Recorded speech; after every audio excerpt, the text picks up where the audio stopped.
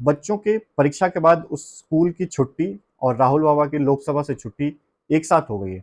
अभी 2 दिन पहले ही वो unfortunately I am a member of parliament बोल रहे थे। Unfortunately, I'm a member of parliament. Unfortunately, I'm a member of parliament. You can make a joke saying this. Unfortunately for you, but unfortunately for me. एक minute he will be member of parliament और उन्हें लोकसभा की अपनी सदस्यता खोनी पड़ी।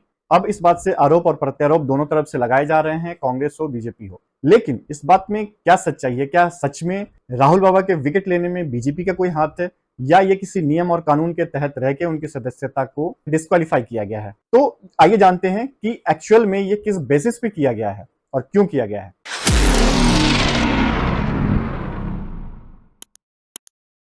प्रणाम दोस्तों, क्या हाल बा? उम्मीद करते हैं कि आप सब अच्छे होंगे और स्वस्थ होंगे। तो बात 2019 की है और कर्नाटक के एक राजनीतिक रैली से दिए हुए भाषण के कारण राहुल गांधी आज 2023 में 23 मार्च को उनके ऊपर कोर्ट की सजा आई मानहानि केस के अगेंस्ट, और इसी के साथ ही उनकी सदस्यता जो है वो लोकसभा से चली गई। अभी जज साहब के गले से उनकी सजा का प्रावधान और उनकी सजा का ऐलान बाहर आ ही रहा था, तब तक लोकसभा से राहुल बाबा के नाम का एक लव लेटर आ गया, जिसमें उन्हें ये बताया गया, ये सूचित किया गया कि उनकी सदस्यता जो है वो खत्म की जाती है। अब ये सदस्यता किस बेसिस पे खत्म की गई और इतना फास्ट एक्शन कैसे हुआ, इस पे विस्तृत चर्चा हम करने वाले हैं। ये मामला जैसे कि मैंने बताया 2019 का है।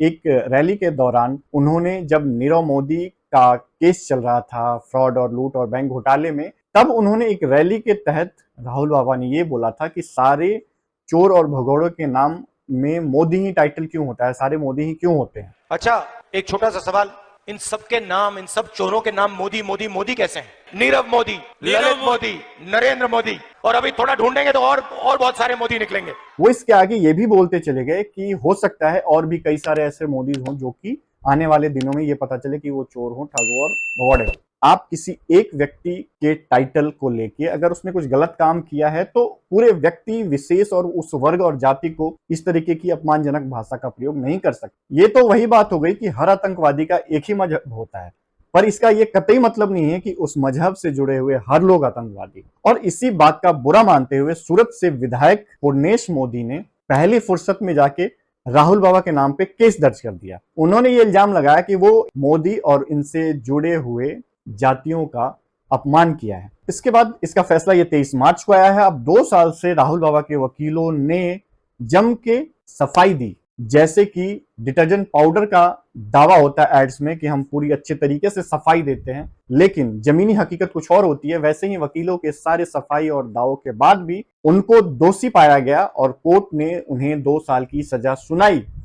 सजा अभी सुनाई ही थी, उससे पहले उनके वकीलों ने बेल दिला दिया। खैर, ये तो कोर्ट और कानून की बात हो गई। अब लोकसभा के इस फैसले के आने के बाद राहुल बाबा ये सोच रहे होंगे, मेरा मुंह से निकल गई, मेरी जबान टूट गई यार। क्या कर रहा है? अब कांग्रेस चाहे जितनी भी छाती पीट के ये बोले कि हमें फंसाया जा रहा है, हम निर्दोष हैं, कहीं ना कहीं ये निर्दोष दोस्त तो है। जुम्मा जुम्मा 4 दिन तो लोकसभा में जाते हैं, उसके अलावा वो अपने जनसभा, रैली, अपने पॉलिटिकल कैरियर को साफ सुथरा करने में बिजी रहते हैं।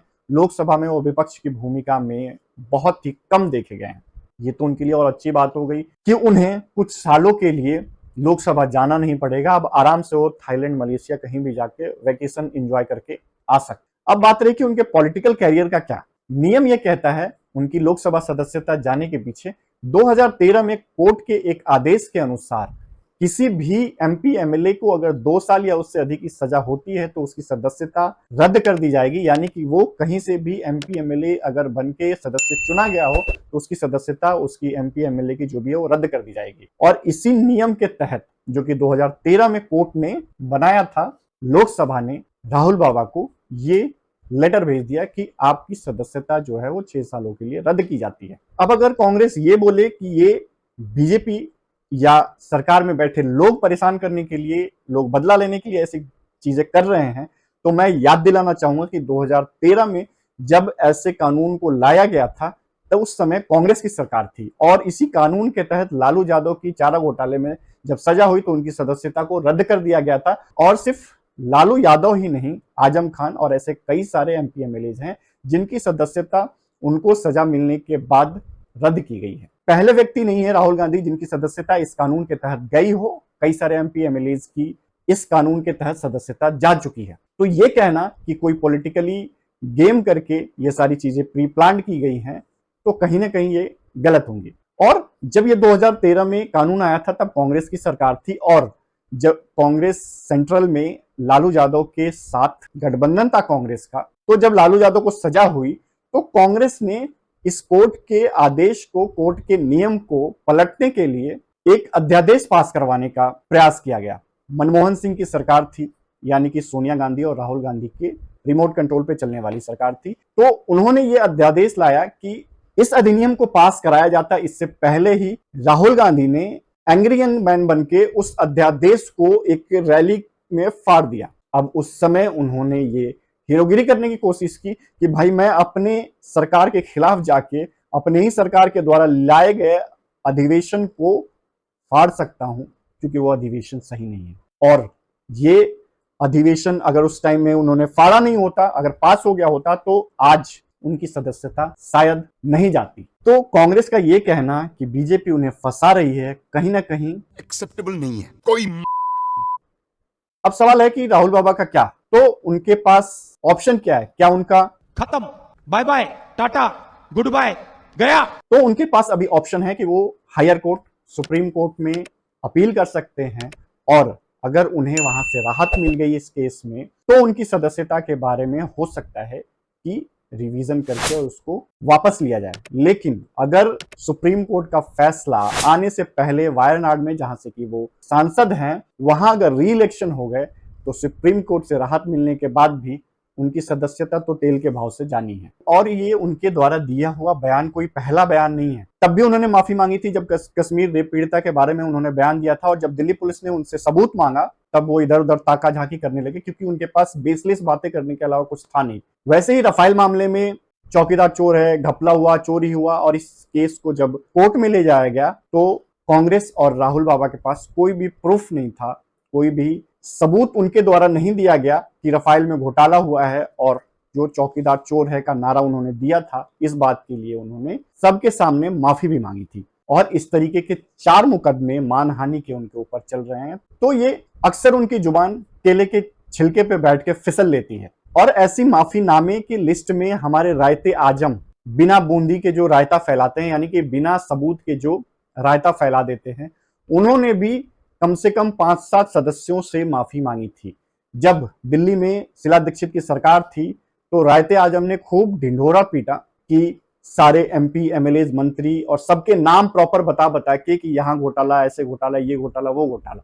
और जब उनकी सरकार बन गई तब जिसे जिसे उन्होंने घोटालेबाज बताया था, जैसे कि नितिन गडकरी हो गए, अरुण जेटली हो गए, कपिल सिब्बल हो गए, इन सब ने मानहानि का केस कर दिया। और जब कोर्ट ने उनसे सबूत मांगा कि भाई आप किस बेसिस पे इन्हें चोर बोल रहे थे, घोटालेबाज बोल रहे थे, घपलेबाज बोल रहे थे, तो केजरीवाल जी ने कह दिया मेरा मुंह से निकल गई, मेरी जबान टूट गई, हाथ में क्या कर रहा है, क्या ये बोल के कि मेरे मुंह से निकल गई। और उन्होंने क्षमा याचना की कि अपने इस वक्तव्य के लिए, अपने इस टिप्पणी के लिए मैं पूरी सभा और माननीय जिसके खिलाफ उन्होंने ये अपशब्द का प्रयोग किया था, उनसे क्षमा मांगता हूं।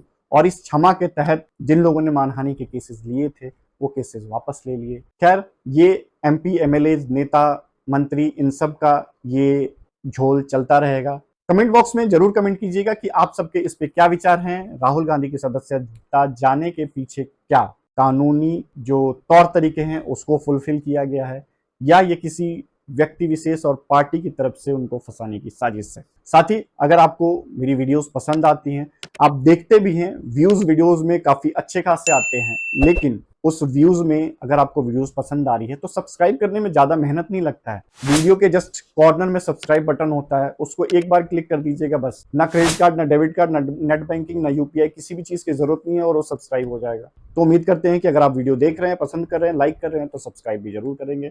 मिलते हैं, तब तक के लिए प्रणाम।